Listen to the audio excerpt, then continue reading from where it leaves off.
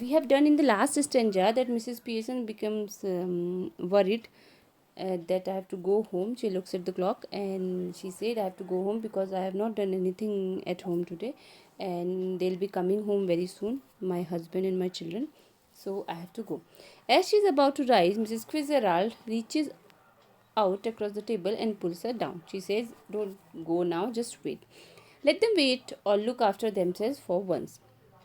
She said, don't worry, let them wait for you and let them look after themselves. They all are grown up.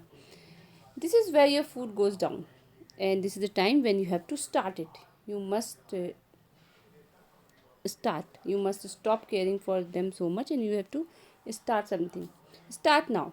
She lights a cigarette from one she has just finished, and she starts smoking again. Mrs. Pearson, Mrs. Fitzgerald, I know you mean well. In fact, I agree with you, but I just can't. And it's no use you trying to make me. She said, I know you worry for me, you care for me, but I know whatever you do, that is of no use. If I promise you I would really have it out with them, I know I would not be able to keep my promise. She says, if I promise also that I will behave in a different way, I'll do something for my family like this, but I tell you that if I promise also, I'll not be able to do this. Then let me do it. Then Mrs. Fitzgerald said, okay, if you are not able to do it, let me do it. Mrs. Pearson flustered. Oh no, thank you very much, Mrs. Fitzgerald, but that would not do at all. She said, thank you so much, but I know that will also not work.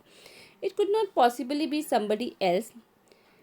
Then they had resent it at once and would not listen. So she said, "You it may be you or may it be somebody else, but they are not going to listen. They will resent. They will be angry. And really, I could not blame them, and I can't blame them for this. I know I ought to do it, but you see how it is." She said, "I know I should do it, but how can I do? I am not able to do." She looks apologetically across the table, smiling rather miserably. Now she's looking like she's saying sorry to Mrs. Fitzgerald. She was making that type of expression and she was smiling miserably. Mrs. Fitzgerald, you haven't got the idea. Mrs. Pearson, bewildered. Oh, I'm sorry. I thought you asked me to let you do it. She said, it means you have not got my idea. So Mrs. Pearson said, I thought you asked me to do it. Mrs. Fitzgerald, I did, but not as me, as you. But I don't understand. You could not be me. She said, but not as me, as you will do it. But she said, I do not understand. What are you saying? We change places, or really bodies. You look like me, I look like you. She said, what we'll do, we'll change places. We will change the bodies. You will look like me, and I will look like you. But that's impossible. How do you know? Ever tried it? So Mrs. Pearson said, that's impossible. How will it be possible? She said, how do you know it? Have you ever tried it? Mrs. Pearson said, no, of course not. She said, no, I have never tried. Then Mrs. Fitzgerald said, I have, not for some time, but it still ought to work. She said, from long time I have not tried, but still I know how to do it. Won't last long, but long enough for what we want to do. She said, it will not last long, but long enough for the things we want to do. Learned it out east, and I have learned it when I was in eastern country. Of course, where they are up to all these tricks, and people do these type of tricks there. She holds her hand out across the table, keeping the cigarette in her mouth. Give me your hands, dear. She kept the cigarette in her mouth and she told her, Mrs. Pearson, give me your hand. Mrs. Pearson, well, I don't know. Is it right? She said, I'm still confused. Is it right or wrong? Then Mrs. Fitzgerald, it's your only chance. Give me your hands and keep quiet a minute. She said, it's your only chance. You have to do it. Now give me your hand and be quiet. Just don't think about anything. Taking her hands. Now look at me. She said, don't speak anything, don't think anything. Just look at me. They stare at each other, muttering. Asatadam, lam, dum, bona. Just like we say, no, and chant some mantras and all like that. She was also abracadabra type. She also spoke the same thing. And after that, they were looking at each other, holding the hut, and she chanted some mantra. and type. This little scene should be acted very carefully. We are to assume that the personalities change bodies after the spell has been spoken. So the writer says if we present this scene, it should be done very carefully, and like this in both the souls they change the body after the spell has been spoken. Both women still grasping hand go legs as if the life were out of them, then both come to life. So for a few seconds it looks like the life from their body has come out, and after that they come to life, but with the personality of the other. Each must try to adopt the voice and mannerism of the other. So now they have changed the personality, swapping the personality, swapping the soul. Now in Pearson's body there is Mrs. Fitzgerald's soul, and in Mrs. Fitzgerald's body there is Mrs. Pearson's soul. Okay, and they have changed their souls. Mrs. Pearson, now who is now with Mrs. Fitzgerald's personality. See what I mean, dear. She noticed the cigarette. Here, you don't want that.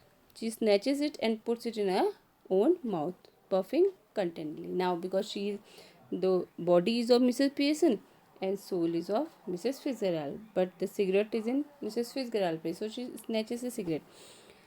Mrs. Fitzgerald with Mrs. Pearson personality. Oh, it's happened.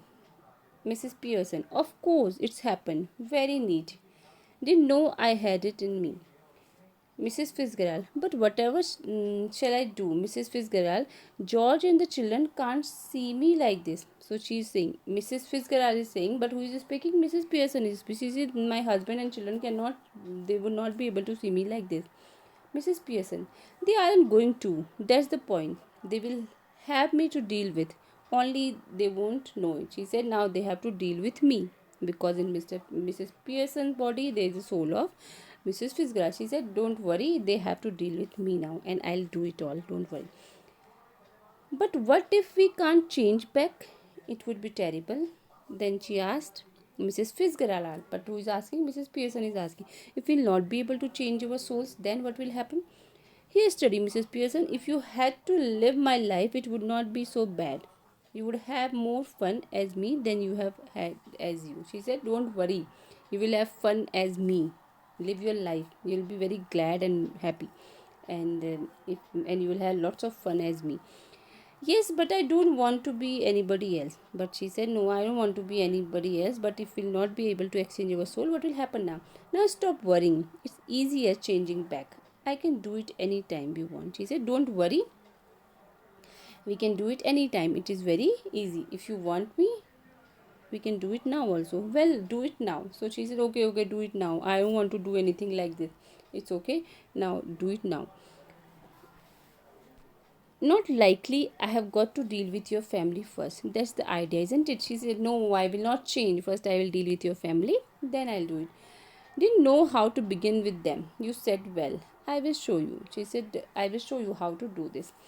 But what am I going to do? She said, okay, you will go and you will deal with my family. And what am I going to do?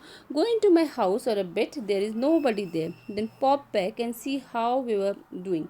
You ought to enjoy it. Better get off now before one of them comes. She said, okay, before anybody comes in home, you go to my house, enjoy it, and sometime you can come to see what's going on. Mrs. Fitzgerald. Yes, I suppose that's best. You are sure it will be all right? She said, will it be all right? Still she is confused what will happen. Mrs. Pearson. It will be wonderful. Now off you go, dear. She said, it will be wonderful. Don't worry and just go from here. Let me tackle with your family.